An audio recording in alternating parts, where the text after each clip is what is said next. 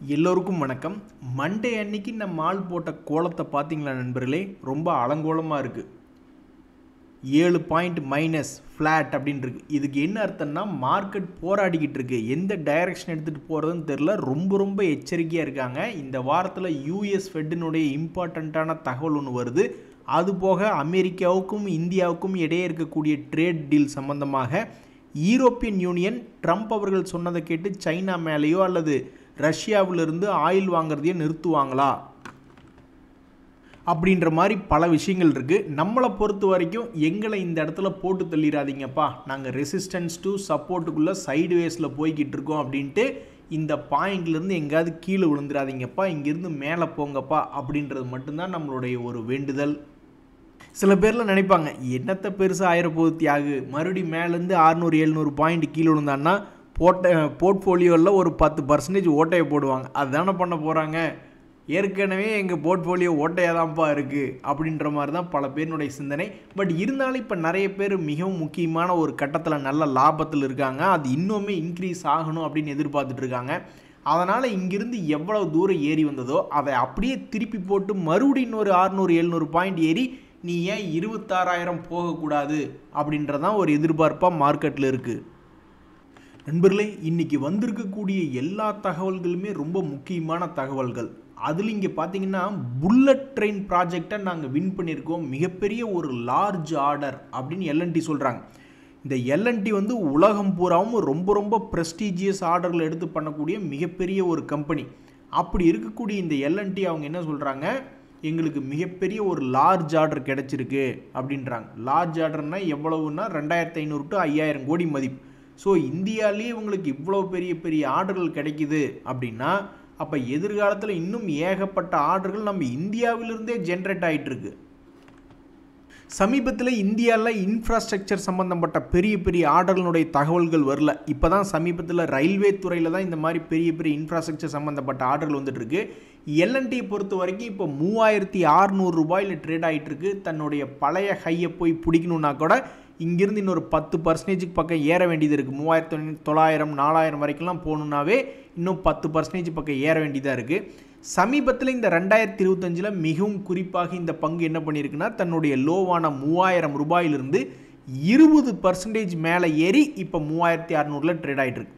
So தற்போது வந்திருக்கக்கூடிய large order அப்படின்ற தகவலை வச்சுக்கிண்டு இந்த பங்கு மேல் நோக்கி போகிறதா அல்லது கீழே போயிட்டு இன்னும் கொஞ்சம் இறங்கி புதிய முதலீட்டாளர்களுக்கு சல்லிஸாக டிஸ்கவுண்ட்டில் இது வரப்போகுது அப்படின்றது பொறுத்திருந்து தான் பார்க்கணும். தற்போதைக்கு மிக முக்கியமான தகவலில் இந்த புல்லட் ட்ரெயின் ப்ராஜெக்ட் அப்படின்ற தகவல் ரொம்ப முக்கியமான தகவல். ஷேர் மார்க்கெட்டில் ஒரு பங்கு எவ்வளவு நாளைக்கு தான் ஓடும், ரொம்ப தூரம் ஓடுனாலும் ஓடவும் முடியாது, அதுக்கப்புறம் ஒளியவும் முடியாதுன்னு சில பங்குகள் கீழே இறங்கி நம்ம பார்த்துருக்கோம். ஒரு உதாரணத்துக்கு சக்தி பம்ப்ஸ் போன்ற பங்கு எல்லாமே கூட சமீபத்தில் ஏறினது. அதுக்கப்புறம் சில கார்ப்பரேட் ஆக்ஷனுக்கு அப்புறம் கொஞ்சம் ஸ்லோவாக தான் இருந்தது. ஸோ இந்த காட்ஃப்ரே பிலிப்ஸ் அப்படின்ற பங்கு ஓடிக்கிட்டே இருக்குது. இதுக்கப்புறமும் தொடர்ந்து ஓடுமா அல்லது இனிமேல் ஒளிந்து கொள்ள இடம் இல்லை அப்படின்ற மாதிரி இனிமேல் வரக்கூடிய போனஸ்க்கு அப்புறம் தடுத்து நிறுத்தப்படுமா இதனுடைய ஓட்டம் என்பது பொறுத்திருந்தால் பார்க்கணும். 16 செப்டம்பர் அப்படின்ற எக்ஸ் டேட், இன்றைக்கி 15. ஸோ நாளைக்கு எக்ஸ் டேட் ஆகி போனஸோட ட்ரேட் ஆக போகுது இந்த காட்ஃப்ரே பிலிப். இதுக்கப்புறம் அடுத்த 6 மாதங்கள் அல்லது 1 வருடங்கள் எடுத்து பார்க்கும் பொழுது இந்த காட்ஃப்ரே பிலிப்ஸ்னுடைய ஷேர் ப்ரைஸ் மூவ்மெண்ட் மேலேருந்து இப்படி கீழே இறங்கி இருக்குமா அல்லது தொடர்ந்து ஏறி இருக்குமா அப்படின்றது ஒரு மிகப்பெரிய ஒரு $1 மில்லியன் கொஸ்டின். ஸோ நாளை இந்த காட்ஃப்ரே பிலிப்ஸ்னுடைய போனஸ்க்கு உண்டான எக்ஸ் டேட் அப்படின்றது இதனுடைய நியூஸ். நண்பர்களே, இந்த ஜிபிபிஎல் ஷேர் அப்படின்றதுல எதுக்கு வால்யூம் இன்க்ரீஸ் ஆகிருக்கு? இப்போ சமீபத்தில் 200 days மூவிங் ஆவரேஜ் தாண்டி இருக்குது. ஸோ சமீப காலங்களில் ஏன் வால்யூம் அதிகமாக இருக்குது அப்படின்னு ஜிபிபிஎல் பார்த்து கேட்டிருக்காங்க. அதுக்கு எங்களுக்கு தெரியாதுங்க. அதாவது எக்ஸ்சேஞ்சுகள் ஏன் இந்த கேள்வி கேட்குறாங்கன்னா, மார்க்கெட்டில் திடீர்னு இப்படி ஒரு மூவ்மெண்ட் இருக்குது, ஆனால் நீங்கள் இன்னும் எங்களுக்கு எந்த காரணமும் சொல்லலையே, அப்படி ஏதாவது எங்ககிட்ட நீங்கள் சொல்லாத காரணம் இருக்கா அப்படின்ற ஒரு காரணத்தினால தான் அந்த சர்வைலன்ஸ் மெஷரில் இது கேட்குறாங்க. நிறைய பேர் என்ன சொல்லுவாங்கன்னா, அது மார்க்கெட் ட்ரிவன், மார்க்கெட்டில் வந்து ஏதோ டிமாண்ட் அண்ட் சப்ளை பொறுத்து எங்களோட இதில் ஏதோ வால்யூம் நடந்துருங்க, பட் எந்த தகவலும் நாங்கள் சொல்கிறதுக்கு இல்லை அப்படின்ற மாதிரி தான் சொல்லுவாங்க. சில இவங்க என்ன சொல்லியிருக்காங்கன்னா, இங்கே பாருங்கள், எங்களுக்கு காரணம் தெரில ஏன் வால்யூம் இன்க்ரீஸ் ஆகிருக்கு அப்படின்ட்டு, வேணா நீங்களே போய் கண்டுபிடிச்சிங்க அப்படின்ற மாதிரி தான் இருக்குது. So the company is also not aware of the reasons for the increase in the volume of security. அவ்வளோதான், எங்களுக்கு தெரியல, ஆனால் உங்களுக்கு கொடுக்க வேண்டிய தகவல் எல்லாத்தையுமே நாங்கள் கொடுத்துட்டோம் அப்படின்ற மாதிரி கட் அண்ட் ரைட்டாக பேசுகிறாங்க அப்படின்னு சொல்லுவாங்க இல்லையா, அதுதான் இது. ஸோ இந்த குஜராத் பிபாவா போர்ட் அப்படின்ற பங்கில் இந்த வருஷம் என்ன நடந்திருக்குன்னா 50% தன்னுடைய உச்சத்திலிருந்து சரிவடைந்த பிறகு ஒரு 37% தன்னுடைய லோ ப்ரைஸ் 120 ரூபாயிலிருந்து இப்போ 160 ரூபா, ஆல்மோஸ்ட் ஒரு 30% மேலே ஏறிய ஒரு பங்காக இந்த குஜராத் பிபாவா அப்படின்றது இருக்குது. ஸோ தற்போதைக்கு 160 ரூபாயில் ட்ரேட் ஆகி கொண்டிருக்கக்கூடிய இந்த குஜராத் பிபாவா போர்ட் தன்னுடைய பழைய ஹை 200 ரூபாய்க்கு மேலே 220 பக்கத்துலலாம் வருமா, அல்லது தொடர்ந்து மறுபடியும் இன்னொரு முறை கீழே இறங்கி ஒரு 100 ரூபாய்க்கு போய் இன்னொரு முறை ஏதாவது சீப்பாக மார்க்கெட்டில் ட்ரேட் ஆக போகிறதா என்பது பொறுத்திருந்து தான் பார்க்கணும். தற்போதைக்கு மிக முக்கியமான சென்டர் பாயிண்ட்டில் அது 200 டேஸ் மூவிங் ஆவரேஜ் பக்கத்தில் ட்ரேட் ஆகி கொண்டிருக்கிறது 164 ரூபாய்க்கு. நண்பர்களே, இந்த பிஎஸ்சி லிமிடெட் ஷேரில் சில நாட்களாக பெருசாக நியூஸ் இல்லை. அவங்களுடைய வருவாய் டெரிவேட்டிவ்ஸ் மூலிமா வரக்கூடிய வருவாய் சம்மந்தமாக அதுக்கப்புறம் எதுவும் பெரிய நியூஸ் இல்லை, செபிகிட்டிருந்து எதுவும் நியூஸ் இல்லை. இந்த சமயத்தில் அந்த பங்கு எதுக்கோ ஒரு தடவை வந்து வெயிட் பண்ணிக்கிட்டு இருக்கு. நம்மளுக்கு எவனாவது நல்ல நியூஸ் சொல்லுவானா இல்லை கெட்ட நியூஸ் சொல்லுவானா அப்படின்றது தெரியாதபடிக்கு கரெக்டாக சென்டர் பாயிண்டில் இப்போ 2200 ரூபாய் ரேஞ்சில் ட்ரேட் ஆகிட்டு இருக்கு. இதுக்கு முன்னாடி 3000 ரூபா போனது. அதே மாதிரி இந்த 2025 லோ 1250 ரூபா அப்படின்ற மாதிரி இருக்குது. ஸோ கரெக்டாக சென்டர் பாயிண்டில் இருக்கக்கூடிய இந்த பிஎஸ்சியில் ஒரு மிக முக்கியமான தகவல் என்ன வருதுன்னா, அவங்க மார்ஷல் வேஸ் அப்படிங்கிறவங்களோட 1-on-1 மீட்டிங் இருக்குது வரக்கூடிய செப்டம்பர் 19 அப்படின்ற ஒரு தகவல் வருது. இந்த மார்ஷல் வேஸ் அப்படின்றவங்க இன்வெஸ்டிங் ரிலேட்டடாக, ப்ரைவேட் பேங்கிங் ரிலேட்டடாக அந்த மாதிரி பல துறைகள் இருக்கக்கூடியவங்க தான் இந்த மார்ஷல் வேஸ். ஸோ இந்த டிஸ்கஷனுக்கு அப்புறம் ஏதாவது மீடியாக்கெல்லாம் தகவல் வருதா இல்லையா அப்படின்றத வெயிட் பண்ணி பார்க்கணும். ஸோ இந்த பிஎஸ்சி அப்படின்ற பங்கில் கரெக்டாக 200 டேஸ் மூவிங் ஆவரேஜ் 2200 ரூபா பக்கத்தில் ட்ரேட் ஆகி கொண்டு இருக்கும் பொழுது மிக முக்கியமான இந்த மாதிரி ஒரு அனலிஸ்ட் மீட்டிங் ஒன்று வருது அப்படின்ற ஒரு தகவல் வருது. நண்பர்களே, ரெயில்டெல்லையுமே ஒரு முக்கியமான தகவல், எங்களுக்கு ஒரு மேஜர் ஆர்டர் கிடச்சிருக்கு. இன்றைக்கி கூட பாருங்கள் 6% இன்றைக்கி இந்த ரெயில்டெல் ஏறி இருக்குது. அதே மாதிரி சமீபத்தில் கீழே இறங்கி கிடந்திருந்த ரெயில்டெல் இப்போ 320 ரூபாயிலிருந்து 400 ரூபாய்க்கு வந்து ட்ரேட் ஆகிறான். 200 டேஸ் மூவிங் ஆவரேஜை தாண்டி ட்ரேட் ஆகிட்டு இருக்கான் அப்படின்றதுல இந்த முக்கியமான ஒரு லார்ஜ் ஆர்டர் ஒன்று கிடச்சிருக்கு, எங்களுக்கு மேஜர் ஆர்டர் ஒன்று கிடச்சிருக்கு, லெட்டர் ஆஃப் அக்செப்டன்ஸ் வந்துடுச்சு அப்படின்ற மாதிரி சொல்கிறாங்க. இதனுடைய ஆர்டர் மதிப்பு எவ்வளவு, லெட்டர் ஆஃப் அக்செப்டன்ஸினுடைய ஆர்டர் சைஸ் எவ்வளவு, 209 கோடி மதிப்பிலான ஆர்டர் கிடச்சிருக்கு. இந்த ரெயில்டெல் சமீபத்தில் என்ன பண்ணியிருக்கு அப்படின்னு பார்த்தீங்கன்னா, இவங்களுடைய ஒவ்வொரு குவார்ட்டர்லி ரிசல்ட்டும் இன்னும் கீழேலாம் கொடுக்கல. ஓரளவுக்கு அவங்களுடைய சேல்ஸ்னுடைய ஃபிகர்ஸ் எல்லாம் வந்து மார்ச் மாத குவார்ட்டரில் அப்நார்மலாக இருந்தது. அதுக்கப்புறம் ப்ரீவியஸ் Q1 குவார்ட்டர் அப்படின்றத எடுத்து பார்க்கும்பொழுது ஓரளவுக்கு ஓகே, எப்பவும் அவங்க பண்ணக்கூடிய லாபம் என்பது பண்ணிகிட்டு இருக்காங்க. ஸோ 52 வீக் லோ பக்கத்தில் இருந்து ஏற்கனவே ஒரு முறை இந்த வருஷத்தில் ஆல்மோஸ்ட் ஒரு 280 ரூபா ரேஞ்சிலிருந்து 450 ரூபா வரைக்கும் ஏற்கனவே ஒரு ரவுண்டு போயிடுச்சு. அதுக்கப்புறம் மிகவும் ப்ராப்பராக அதே லோக்கு வந்து விழுகலை.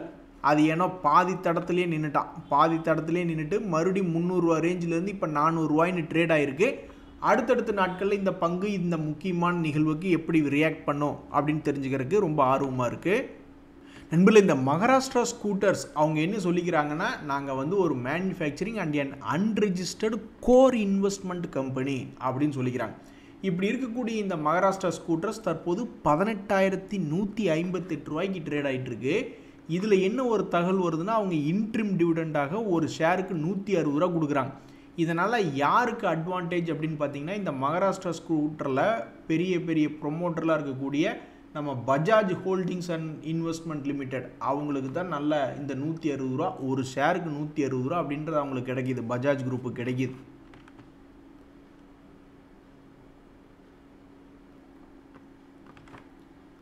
நண்பர்களே, இப்போ சில முக்கியமான கம்பெனிகளுடைய அறிவிப்பு என்ன வந்திருக்குன்னா, இந்த டாம்ஸ் இண்டஸ்ட்ரீஸ் நீங்கள் இதுக்கு முன்னாடி பார்த்துருப்பீங்க. பெரிதும் ஒரு குறிப்பிட்ட லெவல்லையே இறங்கி ட்ரேட் ஆகிட்டு இருந்ததான் இந்த டாம்ஸ் இண்டஸ்ட்ரீஸ் அப்படின்ற பங்கு. அவன் 2025 கரெக்டாக பிளான் பண்ணி சம்பாரித்து கொடுத்தது மட்டும் கணக்கு போட்டோம்னாவே ஒரு 20% வச்சா கூட கிட்டத்தட்ட 60-80 அப்படின்ற மாதிரி பண்ணி வச்சுருக்கான். இது எல்லாமே எந்த இடத்துல இருந்து வருதுன்னா, ஒரு குறிப்பிட்ட இறக்கத்திலேருந்து வருது. இப்போ கூட சமீபத்தில் இந்த ஆகஸ்ட் மாதத்தில் வந்து இந்த டாம் இண்டஸ்ட்ரீஸ் என்பவன் கரெக்டாக அவனுடைய ப்ரீவியஸ் லோவில் வந்து விழுந்திருக்கானே, என்ன செய்ய போகிறான் 2-3 மாதம் கழித்து பார்க்கும்பொழுது அப்படிங்கும்பொழுது என்ன பண்ணியிருக்கான்னா, இதுக்கு முன்னாடி என்ன பண்ணானோ அதே மாதிரி இந்த முறை இந்த டாம்ஸ் அதே 2300 ரூபாயிலிருந்து இப்போ 2600 வந்து 2 days மூவிங் ஆவரேஜ் தாண்டி ட்ரேட் ஆகிட்டு இருக்கு. இப்படி 2600 ரூபாயில் ட்ரேட் ஆகும்போது இந்த டாம்ஸில் என்ன செய்தி வருது அப்படின்னா, 3.25 ரூபாய் டிவிடெண்ட் கொடுக்குறாங்க. அதுக்கு இன்றைக்கி 15 செப்டம்பர் அதனுடைய எக்ஸ்டேட் அப்படின்னு வருது. அதே மாதிரி தான் இந்த இந்திரபிரஸ்தா கேஸ் அப்படின்றதும் இவங்க எல்லாமே ஒரு டிவிடெண்ட் சொர்க்கபுரியாக தான் வாழ்ந்துக்கிட்டு இருக்காங்க. இந்த ஐஜிஎல் என்பது 2% ஒரு வருஷத்துக்கு டிவிடெண்ட் கொடுக்கக்கூடிய பங்காக டிவிடெண்ட் ஈல்டு காமிச்சிக்கிட்டு இருக்காங்க. அந்த வகையில் இந்த ஐஜிஎல் அப்படின்ற பங்கு இந்த 2025 இவனும் ஒரு குறிப்பிட்ட லோ வந்தால் ஒரு சின்ன சின்ன மூவ்மெண்ட் அப்படின்றத காமிச்சிக்கிட்டு இருந்திருக்கான். தற்போது 214 ரூபாயில் ட்ரேட் ஆகி கொண்டிருக்கக்கூடிய இந்த ஐஜிஎல்லுக்கு 1.5 ரூபா டிவிடெண்ட் கொடுக்குறாங்க இன்றைக்கி எக்ஸ்டேட்டில். இதில் இந்த பாலிப்ளெக்ஸ் கம்பெனியில் ஒரு சோக கதை நண்பர்களே. இது வந்து 1.25% டிவிடெண்ட் கொடுத்து கொண்டு இருக்கக்கூடிய பங்கு. தற்போது இவங்களுமே வந்து 4 ரூபா 50 பைசா ஒரு ஷேருக்கு டிவிடெண்ட் கொடுக்குறாங்க அப்படின்ற ஒரு தகவல் வந்திருக்கு. அதாவது இவனுடைய சோக கதை என்னென்னா, ஆல்மோஸ்ட் ஒரு காலத்தில் வந்து 70% இறங்கிட்டான். உங்களால் நம்ப முடியுதா? ஆல்மோஸ்ட் 2500 இங்கே, அப்புறம் 500 இங்கே, 70% இறங்கின பிறகு மறுபடியும் இந்த 2024 மறுபடியும் ஒரு 70% ரெக்கவரி ஆனான். 70% இறங்கி 70% ரெக்கவரி ஆகி அதுக்கப்புறம் மறுபடியும் இந்த 2025 ஒரு 30% இறங்கி மறுபடியும் 30% ஏறி இப்போ மறுபடியும் 30% இறங்கி கிடக்கக்கூடிய ஒரு பங்கு தான் இந்த பாலிப்ளெக்ஸ். இப்படி இருக்கக்கூடிய பங்கு கடந்த 2 குவார்ட்டர்களாக லாஸ் மேக்கிங் அப்படின்றது ரிப்போர்ட் பண்ணியிருக்கு. இனி அடுத்த குவார்ட்டரில் என்ன பண்ண போகிறாங்க அப்படின்றத பொறுத்து இருந்தால் பார்க்கணும். இப்போதைக்கு இந்த கம்பெனி ஒரு ஷேருக்கு 4,000 ரூபாய் டிவிடெண்ட் அப்படின்ற தகவல் வந்திருக்கு. இதெல்லாம் முதல்லையே ஏதோ ஒரு குரூப் கணிச்சு வச்சுருப்பாங்க போல். எதிர்காலத்தில் இவன் ஏதாவது லாஸ் மேக்கிங் ரிப்போர்ட் பண்ணுவான் அப்படின்னு தெரிஞ்சுக்கிட்டே தான் இந்த மாதிரி உச்சியில் அதை விட்டு எந்திரிச்சு ஓடி போயிட்டாங்களா என்னன்னு தெரில 2022. ஸோ 70% இறங்கி 70% ஏறி மறுபடியும் 30% இறங்கி 30% ஏறி ஆடிக்கிட்டு இருக்கான். இனி அடுத்த ரிசல்ட் சீசனில் இவனுடைய ரிசல்ட் என்ன வரும் அப்படின்றது ஒரு எதிர்பார்ப்பாக இருக்குது. அதே மாதிரி இன்னொரு மிக முக்கியமான தகவல் என்னென்னு பார்த்தீங்களா நண்பர்களே, எப்படி இந்த பாலிப்ளெக்ஸுக்கு திடீர்னு பிஸ்னஸ் எல்லாம் குறைஞ்சி அவங்க முதல்ல 2000 கோடிலாம் விற்றுக்கிட்டு இருந்தாங்க, இப்போ 1700 கோடிக்கு தான் அவங்களுடைய சேல்ஸ். திடீர்னு இந்த மாதிரி சில பிஸ்னஸ்களில் சேல்ஸ் குறைஞ்சிருது, லாஸ் மேக்கிங்கே போயிடுறாங்களோ, அதே மாதிரி இப்போ உலகம் முழுவதுமே எல்லாம் ஸ்லோ ஆகிட்டுருக்கு. இப்போ மறுபடியும் நேற்று ஒரு பத்திரிகையில் படிச்சுட்டு இருந்தேன், இனி அமெரிக்காவுடைய பிஸ்னஸில் வந்து கொஞ்சம் அஃபெக்ட் ஆகுது இந்த டேரிஃப்ஸ் ரிலேட்டடான காரணங்கள்னால, முதல் அளவுக்கெல்லாம் இப்போ சேல்ஸ் இல்லை அப்படின்ற மாதிரிலாம் பத்திரிகையில் எழுதுகிறாங்க. சைனாலேயும் பெரிய அளவில் இல்லை. ஏங்க அவங்கள விடுங்க, நம்ம கண்ணு முன்னாடி நம்மளுடைய கார்ப்பரேட் கம்பெனிகளுடைய ரிசல்ட்டே வந்து பல கார்ப்பரேட் கம்பெனிகளுடைய ரிசல்ட் வந்து சமீபத்தில் இப்படி ஏறுமுகமாக இல்லை. பணத்துக்கு மேலே பணம் சம்பாதிக்க மாட்டேன்றாங்க. கொஞ்சம் ஏற்கனவே சம்பாதிச்சதை விட கம்மியாக சம்பாதிச்சிட்டு இருக்காங்க. இல்லைன்னா சில பேர்லாம் இந்த மாதிரி லாஸ் மேக்கிங்கே போயிடுறாங்க. ஸோ எல்லா பக்கமே வந்து கொஞ்சம் ஸ்லோ டவுன், டேரிஃப்னால பிரச்சனைகள் அப்படின்றது இருக்குது. ஸோ ஒரு நல்ல ட்ரேடரோ அல்லது நல்ல ஷார்ட் டேர்மில் ஏதாவது பிஸ்னஸ் பண்ணுறவங்க ஸ்டாக் மார்க்கெட்டில் என்றைக்கு ஒரு மார்க்கெட் திரும்பி தன்னுடைய பழைய ஹை வருதுனாலும் அவங்ககிட்ட இருக்கக்கூடிய பல டெக்னிக்கல் யூஸ் பண்ணுவாங்க. ஏதாவது ப்ராஃபிட்டில் இருக்கிறத விற்றுட்டு ஏதாவது லாஸ் கம்மியாக இருக்கிறத மாற்றுற மாதிரி, அந்த மாதிரி ரீபேலன்ஸ் பண்ணுறதோ அல்லது பார்ஷியல் ப்ராஃபிட் புக்கிங் பண்ணுறதோ அல்லது டோட்டலாக ப்ராஃபிட்டை கொடுத்துட்டு வேறு பங்குகளுக்கு போகிறதோ, அந்த மாதிரிலாம் ஏகப்பட்ட விஷயங்கள் பண்ணுவாங்க. ஸோ இப்போதைக்கு உலகம் முழுவதுமே நாட்டு நிலைமை நல்லா இல்லை, ஓரளவுக்கு சுமாராக தான் போய்கிட்டு இருக்கு. எப்போ அடுத்த பிளாஸ்ட் வருதுன்னு தெரில. ஸோ ஒவ்வொரு முறையும் உச்சாணி கொம்பு வரும் பொழுது அந்த இடத்துல ஓகே லோ ரேட்லேருந்து ஹை வந்திருக்கு, அப்போ ஷார்ட் டேர்ம் ட்ரேடர் என்ன பண்ணணும் அப்படின்றது யோசிச்சுக்கிறது தான் புத்திசாலித்தனம். நண்பர்களே, ஃபைனான்ஸ் கம்பெனியில் இன்னும் போய் உச்சத்தை தொடாத பங்குகள் அப்படின்னா இந்த மஹிந்திரா அண்ட் மஹிந்திரா ஃபினான்ஸ் அப்படின்றது இருக்குது. 2 முறை போய் உச்சத்தை தொட்டான், ஆனால் 2 முறையுமே இறக்கி விட்டுட்டான். இனி 3வது முறையாக தன்னுடைய பழைய ஹையை கீது என்னைக்கு போய் தொடுவான் அல்லது இன்னும் புதிய லோ எப்போ போவான்னு தெரில. இப்போதைக்கு இந்த Mahindra and Mahindra financial services 268 ரூபா அப்படின்னு ட்ரேட் ஆகிட்டு இருக்கு. இப்படி இருக்கக்கூடிய நேரத்தில் அவங்க ஒரு தகவல் வெளியிடுறாங்க, இந்த மாதிரி எங்களுடைய ரேட்டிங்னால் நாங்கள் வாங்கியிருக்கிற கடன்லாம் பார்த்திங்கன்னா எல்லாமே அவுட்லுக் ஸ்டேபிள் அப்படின்ற மாதிரி எங்களுடைய ரேட்டிங் இருக்குது அப்படின்ற ஒரு தகவலை வெளியிட்டிருக்காங்க. அதே மாதிரி இந்த சக்தி பம்ப் அப்படின்ற ஒரு பங்கு உங்களுக்கு தெரியாதில்ல, மிகவும் அற்புதமான ஓட்டத்தை கொடுத்து கொண்டிருந்தோம் தான். அப்புறம் ஒரு காலத்தில் ஸ்பிளிட்டு வந்தது, ஸ்பிளிட்டோட முடிஞ்சான், அதுக்கப்புறம் கீழே விழுந்தவன் இன்னும் எந்திரிச்சு வரல. இப்படி இருக்கக்கூடிய நேரத்தில் திடீர்னு தன்னுடைய பெரிய மூவ்மெண்ட் அப்படின்றது காமிச்சிருக்கு. கீழே 200 days மூவிங் ஆவரேஜ் கீழே போனவன் 800 ரேஞ்ச் போனவன் இப்போ 892 வந்து ட்ரேட் ஆகிட்டு இருக்கு.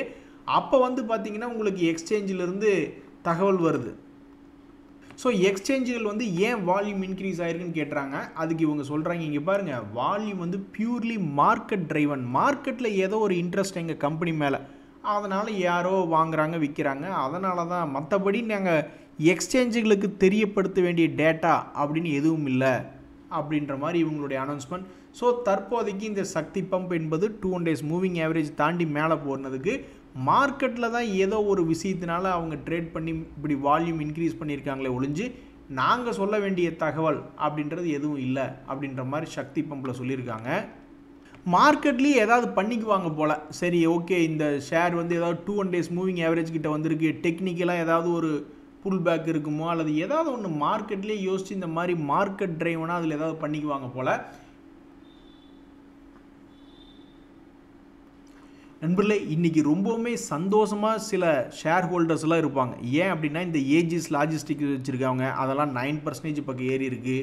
இந்த மாதிரி இன்றைக்கி பல ஷேர்கள் ஏறி இருக்குது. இதனால் இந்த ஷேர்கள், இந்த ஆனந்தராஜெல்லாம் கொஞ்ச நாளாக சந்தோஷமே இல்லாமல் இருந்தது.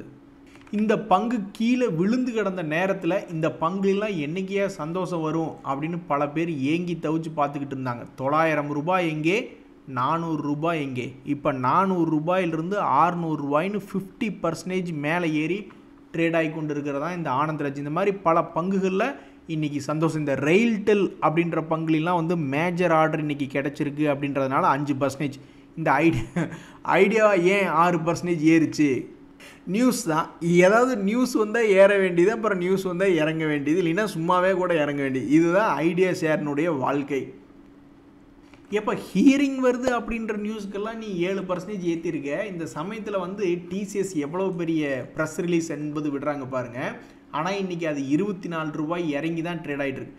டிசிஎஸ் ஒரு அற்புதமான ஒரு விஷயத்தை சொல்கிறாங்க. இந்த மாதிரி வேர் ஹவுஸ் குரூப் அப்படின்றவங்க எங்களை செலக்ட் பண்ணியிருக்காங்க ஐடி டிரான்ஸ்ஃபர்மேஷன் இனிஷியேட்டிவ்க்கு அப்படின்ற மாதிரிலாம் டிசிஎஸில் மிக முக்கியமான தகவல். சமீபத்தில் ஒரு லேண்ட்மார்க் ரிலேட்டடாக ஏதோ ஒரு லேண்ட்மார்க் நியூஸ் ஒன்று வந்திருந்தது. அந்த மாதிரி நிறைய இப்போ சமீபத்தில் டிசிஎஸ் சம்மந்தப்பட்ட தகவல்கள் வந்துக்கிட்டு இருக்குது.